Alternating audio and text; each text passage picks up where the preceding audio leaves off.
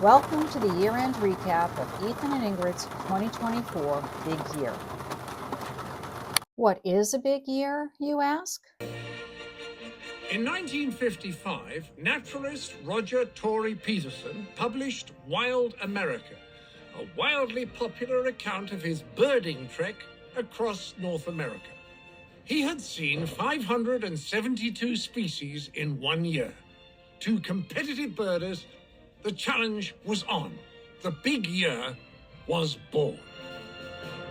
The lower 48 big year record of 751 birds was set in 2022 by Victor and Reuben Stoll from Tennessee, and was generally considered to be unbreakable, certainly not by a couple of 60-something retirees. We put together a plan that we figured would get us about 600 birds and maybe put us in the top 15 birders in the country. We were going to have fun on our journey, and if we saw a road sign for the world's biggest ball of twine, we'd stop and see it. At least, that's what we told ourselves. We found the first bird of our big year at 7:10 a.m. in Salisbury, Massachusetts, the ubiquitous herring gull. At 11:20 a.m., we found our first life bird of the year, a long-eared owl hiding in the brush off a parking lot at Salisbury Beach. All totaled, we checked off 44 new species on day one, the most new birds we would see in one day all year. We were in 2,666th place, not exactly an auspicious start. I love it when a plan comes together. Over the next 12 months, we visited 37 different states and got at least one new bird in 28 of them. We visited Florida, Texas, and Arizona 3 times each. Florida gave us 121 year birds, Texas 117, and Arizona 79. 98 year birds were observed in our home state of Maine and another 68 in nearby Massachusetts. Between our Subaru Outback Touring Edition and 14 rental cars, we drove 29,340 miles. We encountered numerous bad roads, but the winner, hands down, was Forest Service Road 42 in Portal, Arizona. It was a rocky, narrow, steep mountain road with numerous cutbacks and sheer drops. We drove through 3 streams, traversed large rocks, and oh so carefully inched past another SUV on a curve with a steep cliff drop-off into the valley below, with no guardrail for protection. Terrifying, but we got the Mexican chickadee. Our favorite bird of the year was a split decision. Ethan's favorite was the great gray owl at Zaxim Bog in Minnesota. We saw this bird on our second day of trying, racing down ice-covered roads to its location. My favorite was an elegant trogon in Portal, Arizona. Ethan had wandered off when I spotted it. I quietly called Ethan back by whispering, "Trogon, trogon, trogon," until I got his attention. Both of these birds were lifers and long wished for. Zaxim Bog brought us our coldest temperature at -22 degrees Fahrenheit in January. The hottest temperature was at the Salton Sea in Southern California, where we went to find a yellow-footed gull in September. The gauge on our rental car hit 118 degrees. This was also the lowest elevation at which we found a bird, 226 feet below sea level. Our highest elevation bird was at 11,706 feet in Colorado, where we found white-tailed ptarmigan. Our longest stakeout took place in Miami, Florida. There, we spent 20 hours over 3 days staring at dumpsters in 100-degree heat, waiting for a yellow-headed caracara to appear. The heaviest bird we saw was the trumpeter swans in New Jersey. They weigh 26 pounds.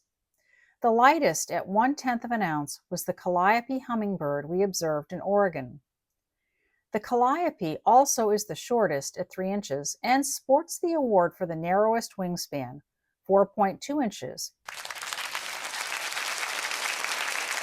The tallest bird was the whooping cranes we saw in Texas. They average about 5 feet tall. And the California condor has a 109-inch wingspan. While we ate a lot of grab and go meals on our journey, we occasionally took time to go out somewhere nice. The best meal of the year was at the Steiner Ranch in Lake Travis, Texas. The steak was amazing, but I think Ethan was more impressed by the light up menus. We spent 141 days away from home during our big year, mostly in hotels. We are not the camping type. We became very good at packing and unpacking each day, traveling as light as possible. When we had our own car, we did indulge in one little extravagance, a portable Keurig machine. We love our coffee. On our longest trip, 36 days, we drove from Maine on to Florida and then over to Texas, starting on January 28th. We flew home on March 4th.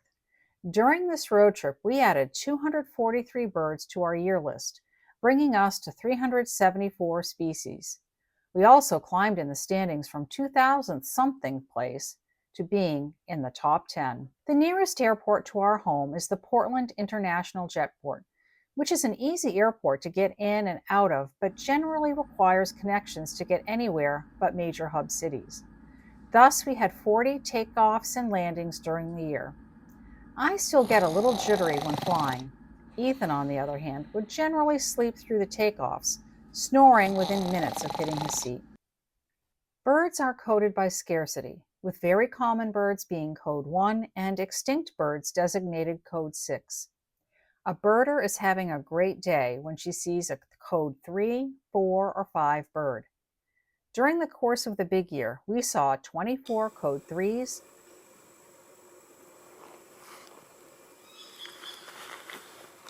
14 code 4s,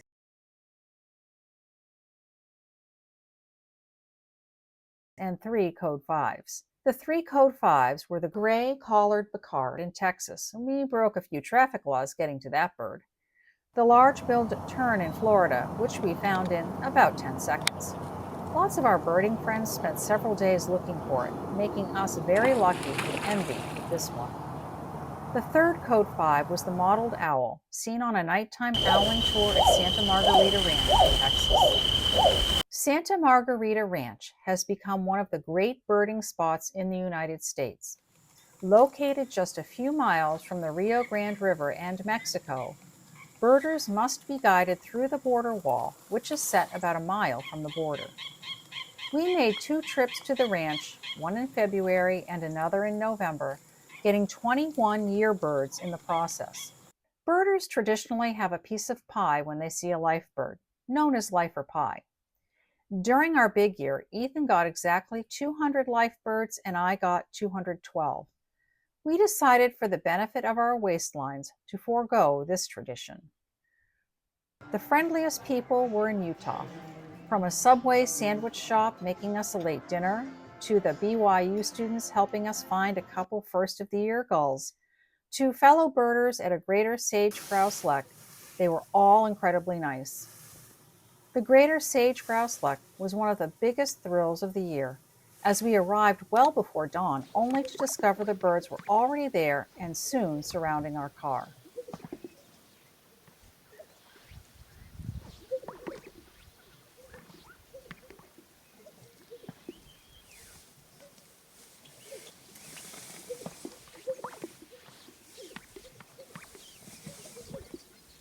The most colorful bird, and we could have predicted this before the year began, was the painted bunting.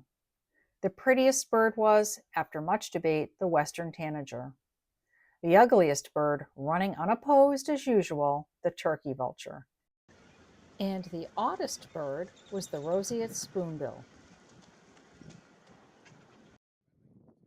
We took 14 boat trips, ferries, whale watches, and official birding pelagics, covering 724 miles.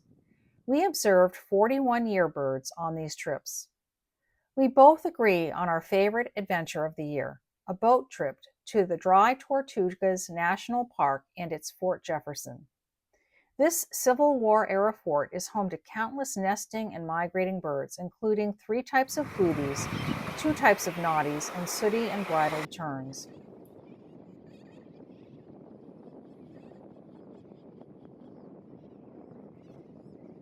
Our snowiest drive was on March 25th, just outside of Albuquerque, New Mexico, where we drove 14 miles on a switchback road up to the summit of Sandia Crest, 10,600 feet.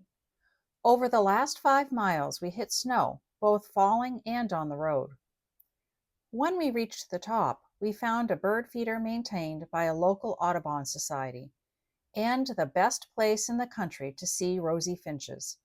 Black rosy finches, brown-capped rosy finches, and gray-crowned rosy finches. We had a secret weapon on our phones.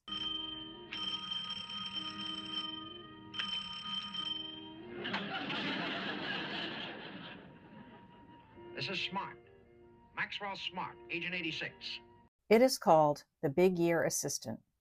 Before Ethan retired in late 2020, he was a software programmer, primarily writing code for insurance companies. Ethan says this was as exciting as it sounds. When we decided to do a big year, Ethan began to look at the puzzle of how to find birds that are constantly moving from place to place and from season to season, and without requiring us to spend the entire year on the road.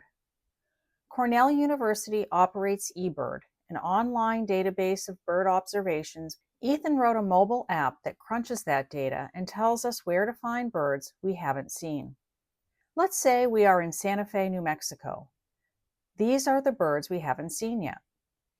Let's say we decide to find a mountain chickadee. These are all the mountain chickadees reported recently nearby.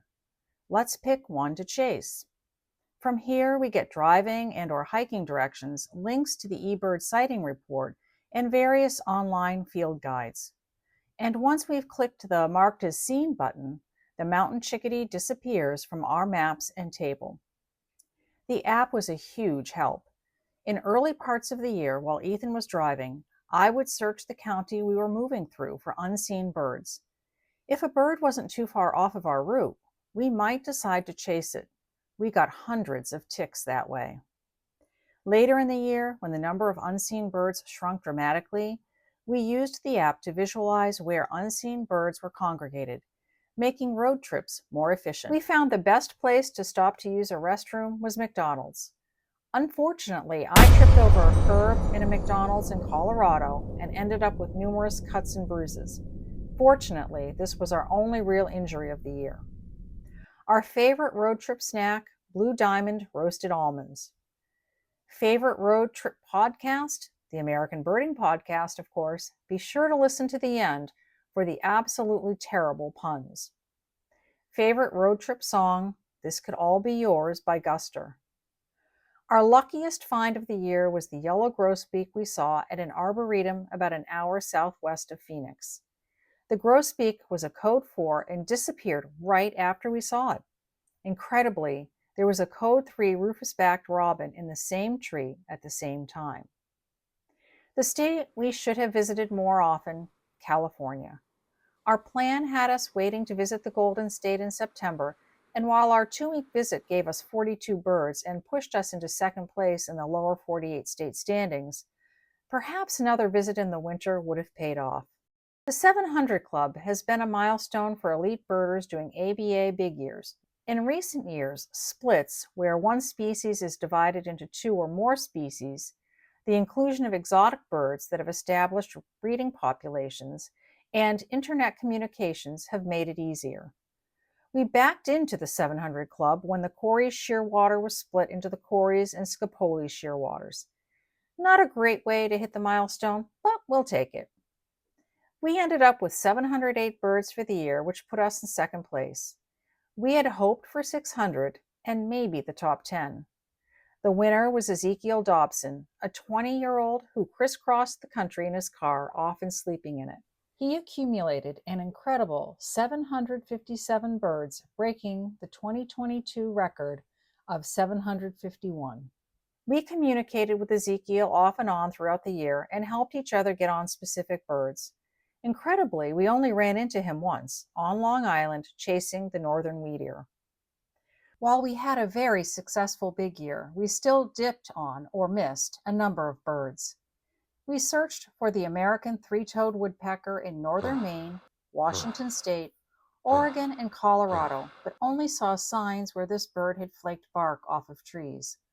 On one ridiculous effort, we heard a woodpecker tapping deep in the woods off a Colorado trail.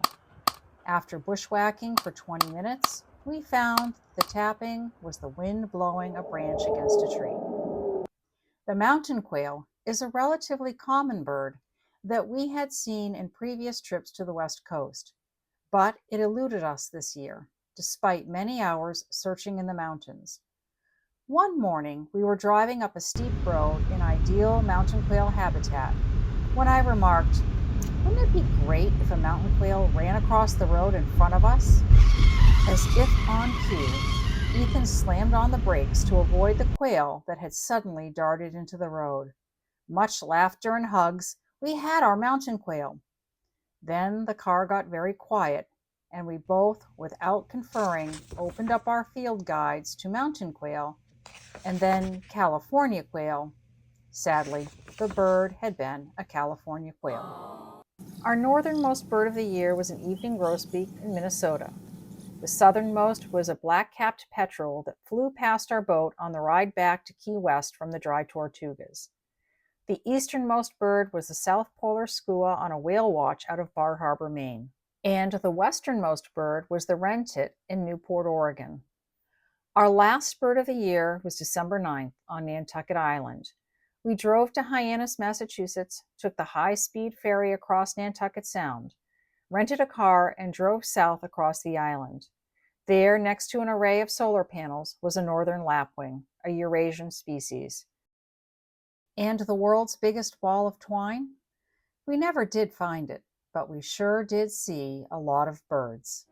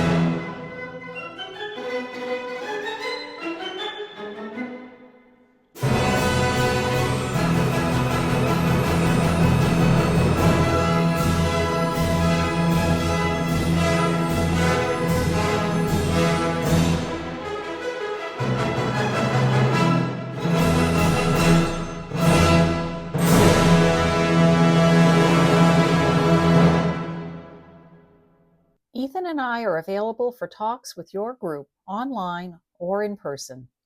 And in early 2025, you'll have the opportunity to read more about our big year adventure in our forthcoming book, available wherever birding books are sold. You might also enjoy our other two books, A Kid's Guide to the Backyard Birds of New England and One Man's Journey to See Every Bird in Maine, the story of Ethan's record-setting 2021 Maine Big Year. Filled with more than 400 stunning photos and Ethan's signature sense of humor, Every Bird in Maine and A Kid's Guide to the Backyard Birds of New England are available wherever birding books are sold.